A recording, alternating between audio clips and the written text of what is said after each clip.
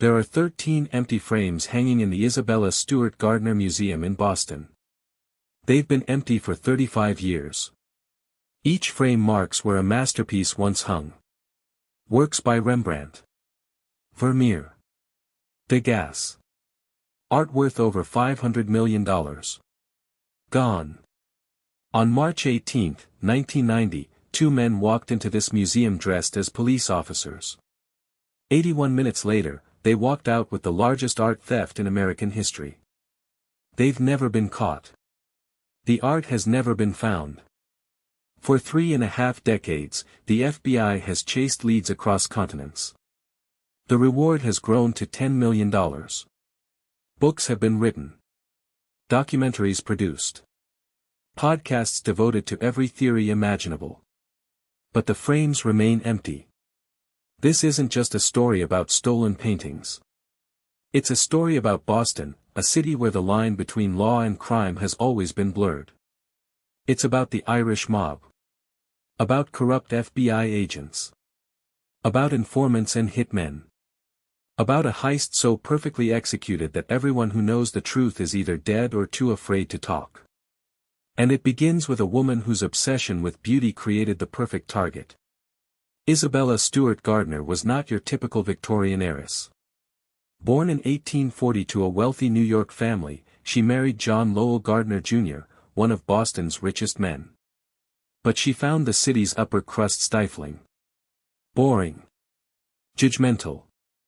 The Boston Brahmins looked down on her eccentric tastes, her unconventional behavior, her refusal to follow their rigid social codes. So she traveled. Europe. Asia. The Middle East. And everywhere she went, she bought art. Not just any art. She had an eye that rivaled the world's greatest collectors. While others chased fashionable names, Isabella saw what others missed. She bought Rembrandts before they were recognized as masterpieces. She acquired a Vermeer when few people even knew the artist's name. Her purchases were legendary. In Paris, she outbid museums for the Titian. In London, she negotiated directly with aristocratic families desperate for cash. In Venice, she fell in love with the architecture and decided to recreate it in America. In 1898, her husband John died suddenly of a stroke. Isabella was devastated. They had been married for 34 years, and he had supported her passion unconditionally. But she channeled her grief into something extraordinary, a museum. Not a building to house art, but a work of art itself. She purchased land in Boston's Fenway district, then a swampy wasteland on the edge of the city. Over 4 years, she personally supervised every detail of construction.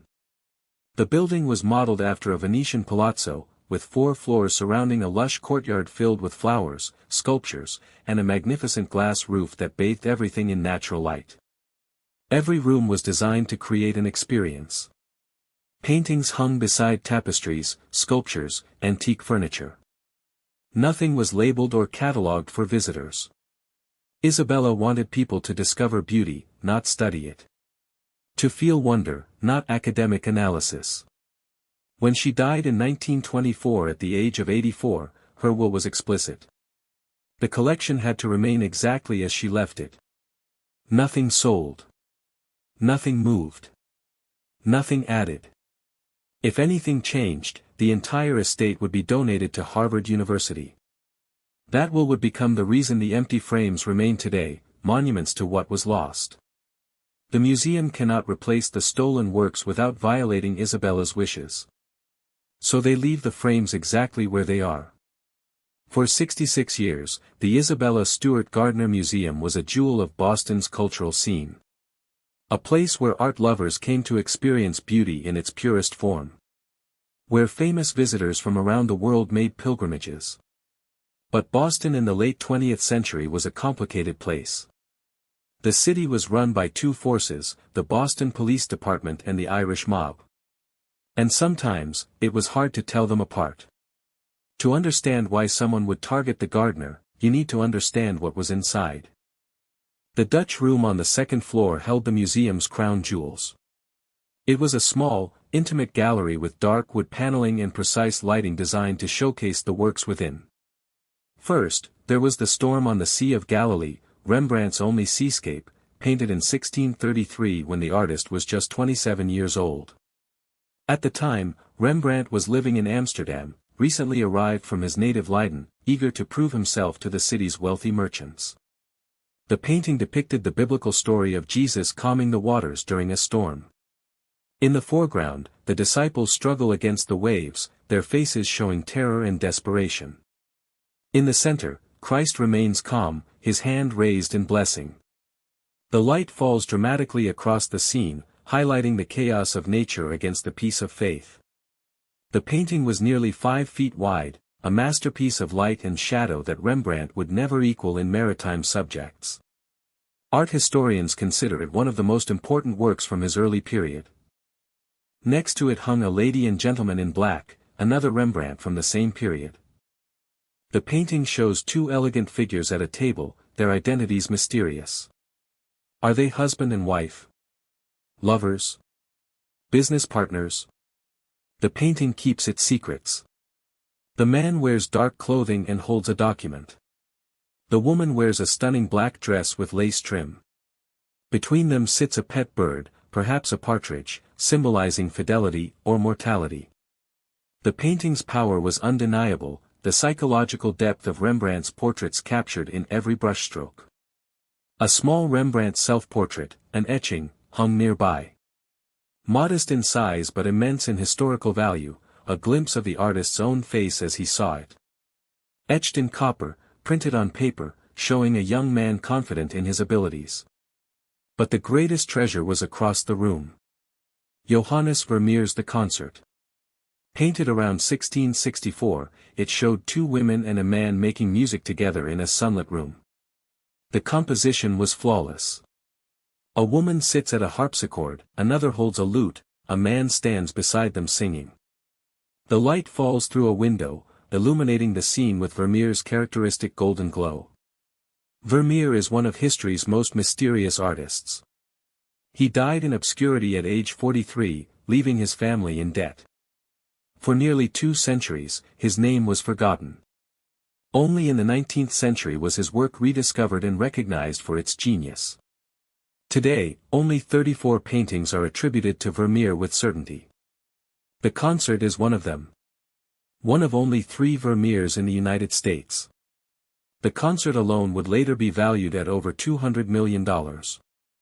If it ever surfaced at auction, it might fetch even more, making it potentially the most valuable painting ever stolen. The museum also held 5 works by Edgar Degas, the French impressionist known for his studies of dancers and horses. The stolen works included 3 sketches of racehorses, a pastel of a landscape, and a program designed for a theatrical event. Less valuable than the Rembrandts and Vermeer, but still worth millions collectively. And there were other treasures. A Chinese bronze beaker from the Shang dynasty, over 3,000 years old, used in ancient rituals. A bronze eagle finial from a Napoleonic flag, a relic of European warfare. A French ornamental knob, also from the Napoleonic era. The total estimated value? $500 million. Perhaps more. In 1990, all of this was protected by a security system that would be laughable by modern standards. A few guards. Motion sensors. No cameras in the galleries. The only surveillance was in the lobby and at the entrance. The museum had been built to welcome visitors, not repel thieves. Isabella Gardner had trusted her guests. That trust had been inherited by her museum. The vault where the most valuable works were stored at night was rarely used. Paintings stayed on the walls, protected only by the museum's reputation and the assumption that no one would dare steal from Boston's beloved cultural treasure. Someone was watching. Someone knew exactly what was inside, and exactly how to get it out. March 17, 1990. St. Patrick's Day in Boston. This is the city's biggest party night of the year. South Boston streets are packed with revelers wearing green. Bars overflow with crowds drinking green beer. The Boston Police Department is stretched thin handling the chaos. Every patrol car is on the street. Every officer working overtime. The city's attention is focused on the festivities, and on keeping the peace in a town known for its rowdy celebrations and deep Irish roots. 2 miles away, the Gardner Museum is quiet. It's closed for the holiday weekend. Just 2 security guards on overnight duty, Rick Abath, a 23-year-old musician working the night shift to pay bills, and another guard stationed in the basement. Rick Abath was not a professional security officer. He was a bass player in a local band, taking shifts at the museum for extra income. On this night, he was tired. He had been out late the previous night himself. The night had been uneventful. The guards made their rounds. Nothing unusual. It was the morning after St. Patrick's Day, and Boston was winding down. Nothing unusual was expected. At 1:24 a.m. on March 18, the phone rang at the security desk. The caller identified himself as a police officer. "There's been a disturbance in the area," he said. "A commotion. The police are responding, and they need to check the museum's perimeter." Rick Abath wasn't suspicious.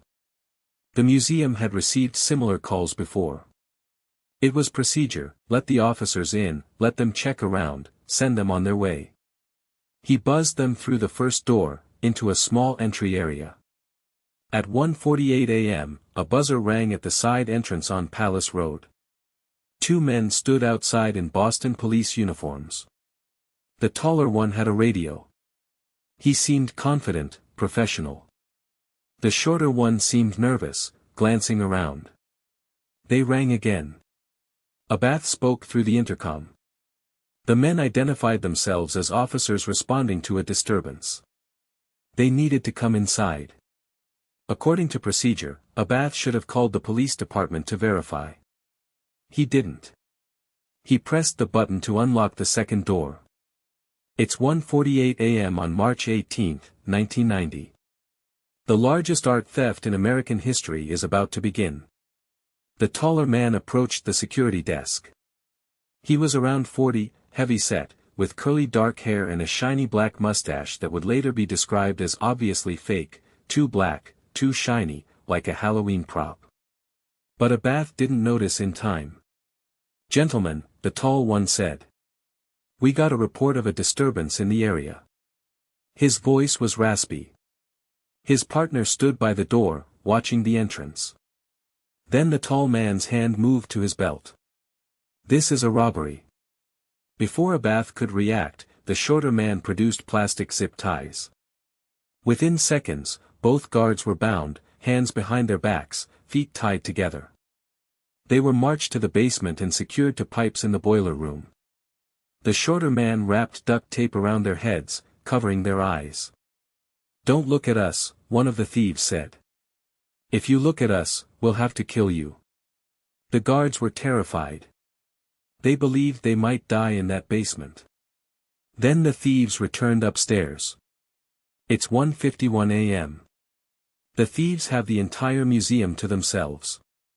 For the next 81 minutes, 2 men wander through one of the world's greatest private art collections.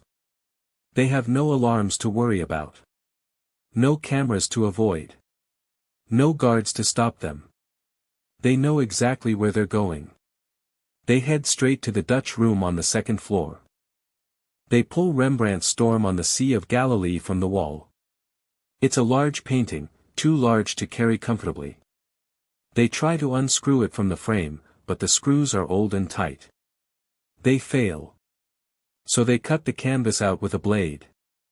They slice through the masterpiece, leaving the frame empty and the painting rolled and damaged. A lady and gentleman in black meets the same fate. Another Rembrandt, cut carelessly from its frame. The Rembrandt self-portrait etching is taken more carefully. It's small, easily portable. Vermeers' The Concert comes off the wall. At over 2 feet by 2.5 feet, it's manageable. The thieves seem to know its value. They treat it with more care. The Degas pastels are pulled from drawers. The Chinese bronze is grabbed. The Napoleonic eagle finial. The French ornamental knob. But strangely, they leave behind far more than they take. In the next room hangs Titian's The Rape of Europa, a massive painting worth more than everything they took combined. It's one of the most important Renaissance works in America. They walk right past it. Botticelli's Madonna of the U. Raphael's portrait of Tommaso Inghirami. Michelangelo drawings. All untouched. The thieves clearly had a list. They took specific works and ignored others that were more valuable. This wasn't a crime of opportunity. It was a shopping list. And their method was careless. They smash glass cases. They scatter papers everywhere. At one point, they try and fail to cut another painting from its frame, damaging the canvas before giving up. At 2:28 a.m., 81 minutes after they entered, the thieves finished their work. Before leaving, they head to the security room. They take the videotapes from the surveillance system. They take the footage from the monitors. No record of their faces would remain. They exit through the same Palace Road entrance they came in. They close the door behind them. No getaway car is seen. No witnesses come forward. The streets are quiet, the city still sleeping off St. Patrick's Day. The guards remain bound in the basement until 8:15 a.m., when the morning staff arrives and finds them. By then, the thieves, and $500 million in art, have vanished. Within hours, the FBI arrives. Boston police. Museum officials. The scene is chaos. Investigators find intriguing details. One thief asked the guards, "Are there any other guards in the building?" And later, "What time do the other guards come in?" It suggests they expected someone else. A third person. Perhaps the lookout who never showed. Perhaps a driver waiting outside. Police release composite sketches based on the guards' descriptions. The tall one, heavy-set, curly dark hair, fake mustache, around 40, raspy voice. The shorter one, slender, receding hairline, diamond earring in one ear. The museum offers $1 million for information leading to recovery. The FBI launches an investigation that will span decades and continents. But no one comes forward. In a city where silence is survival, the Gardner heist becomes the mystery that everyone talks about and no one solves. To understand why this case remains unsolved, you have to understand Boston in 1990. This was a city controlled by two forces, the FBI and the Irish mob. And the line between them was almost non-existent. James Whitey Bulger was the most powerful crime boss in Boston history. For nearly 2 decades, he operated with complete impunity, murdering rivals, running drugs, extorting businesses throughout New England. His secret? He was also an FBI informant. The Boston FBI office protected him in exchange for information about the Italian Mafia, their primary target at the time. Agents took bribes. Tip-offs. Bulger could commit murder knowing his contacts would protect him. His organization, the Winter Hill Gang, controlled Boston's underworld. They operated from South Boston, running gambling, loan sharking, and narcotics operations throughout the region. And many investigators believe the Gardner heist bears their signature. George Reisfelder was a career criminal with ties to the Winter Hill Gang. He was tall, heavy-set, with dark curly hair. He matched the description of the taller thief. After the heist, Reisfelder suddenly came into money. He bought a boat. He paid cash for a condominium. His lifestyle changed dramatically. When he died of a heart attack in 1991, just a year after the heist, police found a copy of The Storm on the Sea of Galilee hanging in his apartment. A copy. Or perhaps a message. A taunt from someone who knew where the real painting was. Carmelo Merlino was another Boston gangster with connections to the Winter Hill Gang. In 1997, he tried to rob an armored car depot, a crime that required sophisticated planning and inside knowledge. The FBI had been watching him. After his arrest, under questioning, Merlino hinted he knew where the Gardner art was. He offered to help recover it in exchange for leniency on the armored car charges. But negotiations collapsed. Merlino went to prison. He died behind bars in 2005, taking whatever he knew to his grave. Robert the Cook Gentile was a Connecticut mobster with connections to Merlino. In 2012, the FBI searched his home on an unrelated matter. They found a list of the stolen paintings with their estimated values. They found a newspaper clipping about the heist. They found evidence that he might have handled the art. But Gentile denied everything. He claimed he could help recover the paintings, then stopped cooperating. He died in 2021, taking whatever he knew to the grave. In 2013, the FBI made a stunning announcement. They knew who was responsible for the Gardner heist. They even named the suspects, Reisfelder, Merlino, and others associated with Boston's criminal underworld. But every named suspect was already dead. The art, they said, had been offered for sale multiple times over the years. It had moved through the criminal underground, passed as collateral, traded for favors. But every trail went cold. Every lead circled back to dead men. Today, the empty frames still hang in the Gardner Museum. Isabella Stewart Gardners will forbids replacing them. So they remain, silent monuments to beauty lost. A daily reminder of what the museum, and the world, has lost. Tour guides tell the story to thousands of visitors every year. Children ask where the paintings went. Adults stare at the blank walls, trying to imagine what once hung there, what Isabella Gardner carefully placed over a century ago.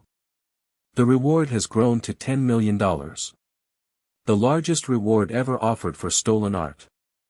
Anonymous tips still come in. Investigators still follow leads. Still, the paintings have never surfaced.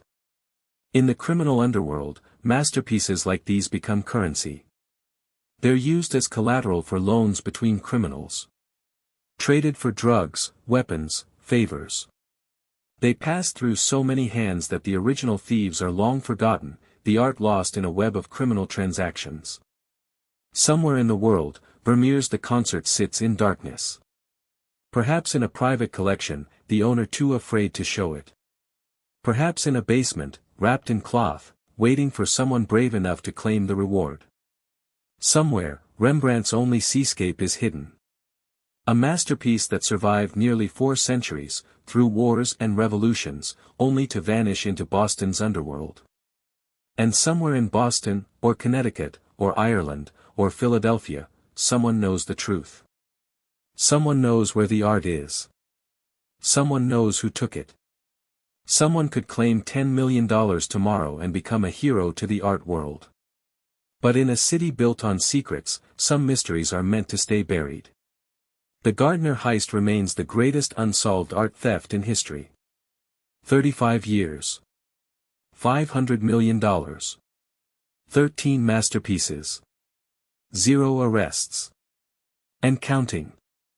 If you have any information about the Gardner heist, contact the FBI at tips.fbi.gov. The $10 million reward remains active. The museum's tip line is 1-800-482-0430. Thank you for watching.